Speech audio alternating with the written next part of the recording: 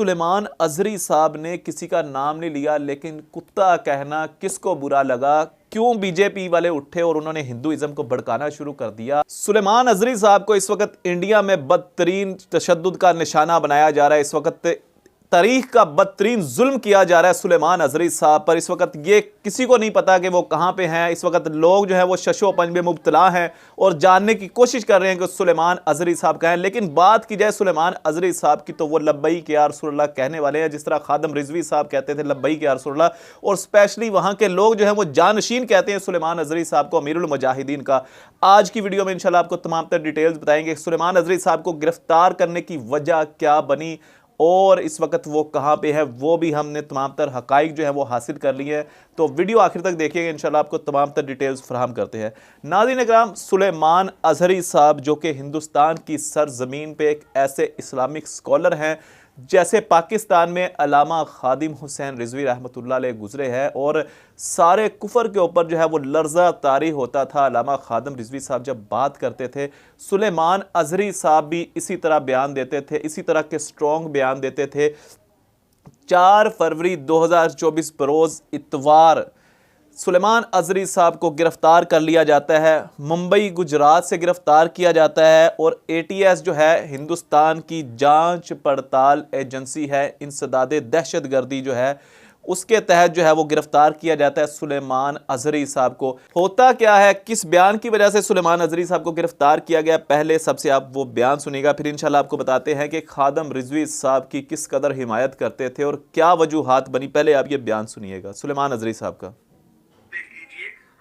समझ जाएंगे हमसे उलझते हैं, अभी तो करबला का आखिरी मैदान बाकी है, कुछ देर की खामोशी है, फिर शोर आएगा।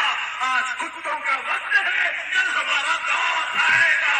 लब्बैक या रसूल अल्लाह, लब्बैक या रसूल अल्लाह। नाज़रीन, अब ये आपने बयान सुना सुलेमान अजहरी साहब का। जूनागढ़ गुजरात में जो है वो उन्होंने ये बयान दिया था कि कुछ देर की खामोशी है, फिर शोर आएगा। आज कुत्तों का वक्त है, कल हमारा भी दौर आएगा। वाज़ेह तौर पे अगर देखा जा सके तो इसके अंदर किसी भी पार्टी को मुखातिब नहीं किया गया, किसी भी मज़हब को मुखातिब नहीं किया गया।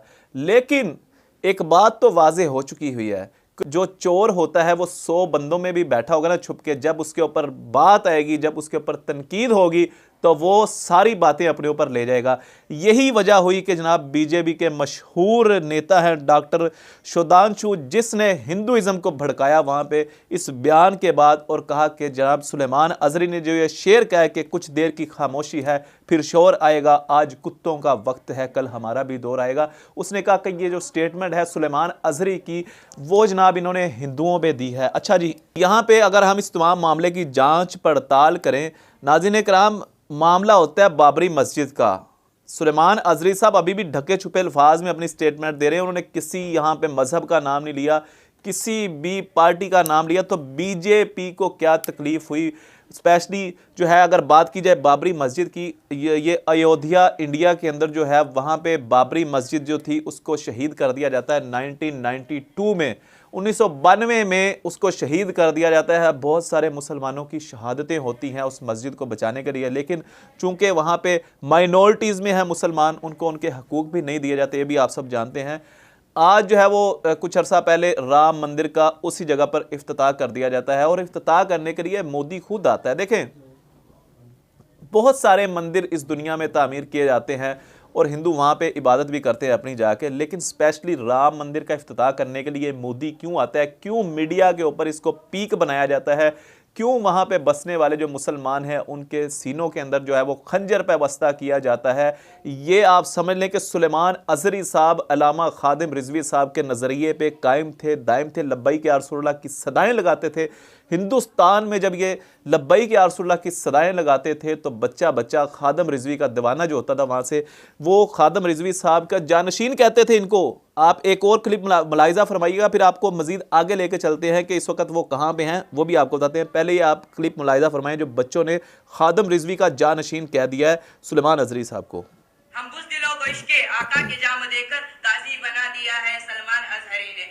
उंगली उठी है जब भी नामूस मुस्तफा पर पहरा सदा दिया है सलमान अजहरी ने। ये जिंदगी हमारी सरकार के लिए है, हमको सिखा दिया है सलमान अजहरी ने। खादिम हुसैन रजवी का जानशीन बनकर दुनिया हिला दिया है सलमान अजहरी ने। खादिम हुसैन रजवी मुमताज होंगे नाजा, खादिम हुसैन रजवी मुमताज होंगे नाजा, अहदे वफा किया है सलमान अजहरी ने। ए वासदी यही है इस जिंदगी का मकसद, ए वासदी यही है इस जिंदगी का मकसद, जो आज कर दिया है सलमान अजहरी ने। लब्बैक लब्बैक लब्बैक या रसूल अल्लाह, लब्बैक लब्बैक। नाज़रीन इकराम, अल्लामा खादिम हुसैन रिजवी, मैं बड़े अरसा से कवरेज कर रहा हूँ। मैंने जब अल्लामा खादिम रिजवी साहब को कवर करना शुरू किया तो ये जो नारा अभी हिंदुस्तान में लग रहा है, लब्बैक या रसूल अल्लाह का, जो ये बच्चे नारा लगा रहे हैं, ये नारा जब बड़े मजमे में लगता था तो ऐसे लगता था यार कि रिकत तारी हो गई है जिस्म के ऊपर। ये ऐसा नारा है कि खून का मतलब हर हर कतरा जो है वो जवाब दे रहा होता था कि लब्बैक लब्बैक लब्बैक या रसूल अल्लाह।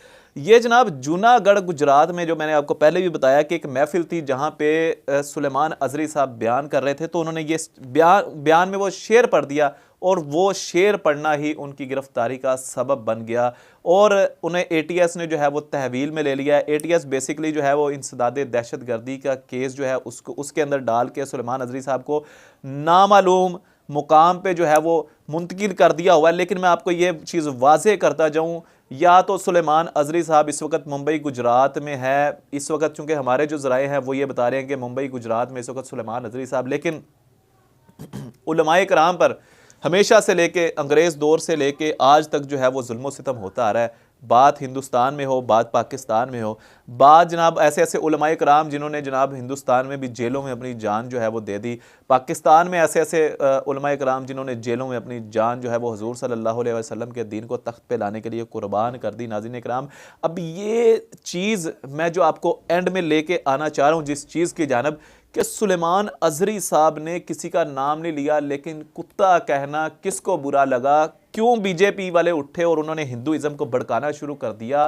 भाई वहाँ पे तो किसी का नाम लिया ही नहीं उन्होंने, कुत्ता तो उन्होंने किसी को मुखातिब किया ही नहीं, बस एक उन्होंने अपने जज्बात का इजहार किया। क्यों इस तरफ लाया गया बीजेपी के, मैं ये सवाल छोड़ता जा रहा हूँ आप सब के लिए हमेशा के लिए। देखें कि जब भी इलेक्शंस होने होते हैं हिंदुस्तान के अंदर तो हमेशा जो है मुसलमान हिंदू के केसेस को उठाया जाता है और स्पेशली मज़हब के ऊपर जो है वो फसादात शुरू हो जाते हैं। गुजरात में आपने देखा होगा मोदी की हुकूमत किस तरह आई थी, मोदी ने जुल्म सितम की इंतहा कर दी थी। गुजरात में जो है वो मुसलमानों के सीने चाक कर दिए थे, इसने मुसलमानों पर जुल्म सितम की इंतहा कर दी थी। उसके बाद जाके मोदी, ये चाय बेचने वाला जो है, इसकी हुकूमत आहिस्ता आहिस्ता यही से इक़्तिदार मिला। तो यहाँ पे 1992 से लेके आज 2024 तक जो है वो वहाँ पे बाबरी मस्जिद का, ज़ाहिरी बात है मुसलमान दुनिया में कहीं भी रहता हो, मुसलमानों के दिलों के अंदर ये जज्बात जो है वो ज़िंदा रहते हैं हमेशा। यार बाबरी मस्जिद की जो जब शहीद किया गया था, मैं आज भी जब तारीख़ पढ़ता हूँ, देखें मैं तो तब 92 की तो मेरी पैदाइश है ना, जब बाबरी मस्जिद को शहीद किया गया, तो मैं तारीख़ पढ़ता ही हूँ। तो मैं आज भी तारीख़ पढ़ता हूँ तो मेरे ऊपर लर्ज़ा तारी हो जाता है कि यार कितने मुसलमानों ने, जैसे बाबा जी खादम रिजवी साहब कहते थे कि पाकिस्तान को बनाने के लिए मुसलमान बच्चियों ने कुओं में छलांगें लगा दी थी, अपनी इज़्ज़तें बचाने के लिए अपने आप को जो है वो कुओं में डाल के जो है अपनी जानें कुर्बान कर दी थी। इसी तरह बाबरी मस्जिद को बचाने के लिए बेशुमार मुसलमानों ने अपनी जानें कुर्बान की थी, लेकिन बिल आखिर मोदी जो है वो कामयाब हुआ। मोदी जो है उसने वहाँ पर राम मंदिर का इफ्तिताह करवा दिया। मसला ये नहीं है, देखें जिस मुल्क के अंदर जो है अक़लियतें होती हैं, रियासत की ज़िम्मेदारी होती है उनको तहफ़्फ़ुज़ देना। पाकिस्तान में जो माइनॉरिटीज़ हैं, हिंदू हैं, सिख हैं, मसीही हैं, उनको जनाब प्रोटेक्शन दी जाती है और अक़लियतों को जितनी प्रोटेक्शन पाकिस्तान में दी जाती है उतनी मैं समझता हूँ पूरी दुनिया में कहीं नहीं दी जाती। इसी तरह हिंदुस्तान में अगर बात की जाए माइनॉरिटीज़ की तो हिंदू अक्सरियत में है, लेकिन उसके अलावा मुसलमान, सिख और मसीही जो है ये माइनॉरिटीज़ है वहाँ की, तो वहाँ की माइनॉरिटीज़ को तहफ़्फ़ुज़ देना भी हिंदुस्तान की रियासत का काम है। लेकिन यहाँ पे रियासत क्या करेगी जो खुद वहाँ पे दहशतगर्दी फैला रही है, जो खुद मुसलमानों को ज़बरदस्ती पकड़ के कह रही है कि बोलो जय श्री राम, और जो जय श्री राम नहीं बोलता उसको खंबे के साथ बांध के बेदर्दी के साथ मार दिया जाता है, कत्ल कर दिया जाता है।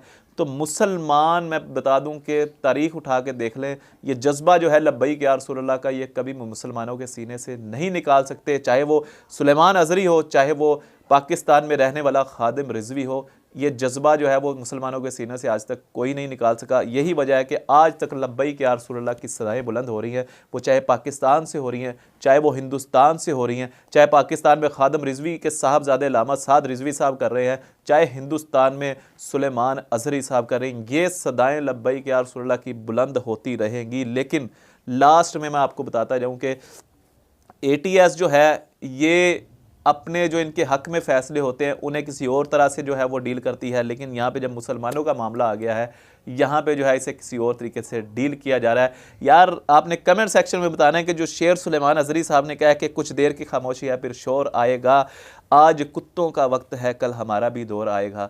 कुत्ता जो था उसने फिर अपने आप को समझ लिया कुत्ता। बात जब चोर की होती है तो 100 बंदों में बैठा हुआ चोर भी समझ जाता है कि मेरे ऊपर बात आई है, तो वो गुस्सा कर जाता है। तो ये गुस्सा बीजेपी का करना इस वक्त क्यों ज़रूरी था, ये आपने कमेंट सेक्शन में बताना है। क्यों गुस्सा किया जो बीजेपी ने, और उसके बाद जो है सुलेमान अजहरी साहब को तहवील में ले लिया। गुजरात मुंबई में जो है वो उनको ATS ने इस वक्त अपनी तहवील में लिया हुआ है और वहीं पे उनके ऊपर जुल्म व सितम किया जा रहा है। मैं आपको ऑथेंटिक न्यूज़ दे रहा हूँ। बहरहाल लास्ट में हम तो दुआ ही कर सकते हैं पाकिस्तान में बैठे हुए कि सुलेमान अजहरी साहब जो हैं अल्लाह पाक उनको जल्द जो है वो रिहाई अता फरमाए। और असीर नामूस रिसालत है इस वक्त, मैं आपको बता दूं उनका भी जो शुमार है वो असीर नामूस रिसालत में है। जिस तरह पाकिस्तान में अल्लामा खादिम रिजवी साहब के साथ साथ उनकी पार्टी में जितने भी मुसलमान हैं जिन्होंने रसूलुल्लाह सल्लल्लाहु अलैहि वसल्लम की इज़्ज़त व नामूस पे पहरा देते हुए असीरी की ज़िंदगी को अपनाया था, उसमें अल्लामा फ़रूकुल हसन कादरी साहब हों या जितने भी खुद साद रिजवी साहब भी जेल में रह गए, असीरी की ज़िंदगी गुजार के इस वक्त असीर नामूस रिसालत हैं सुलेमान अजहरी साहब। आप सब ने उनके लिए दुआ भी करनी है कि जल्द से जल्द रिहाई हो जाए। बहरहाल ये एक बहुत हाईलाइटेड मामला, इंशाल्लाह मज़ीद डिटेल्स लेके आप सबके सामने हाजिर होंगे। अपना बहुत सारा ख्याल रखिएगा। अपने मेज़बान अमानुल्लाह कायम खानी को दीजिए इजाज़त। अल्लाह निगहबान।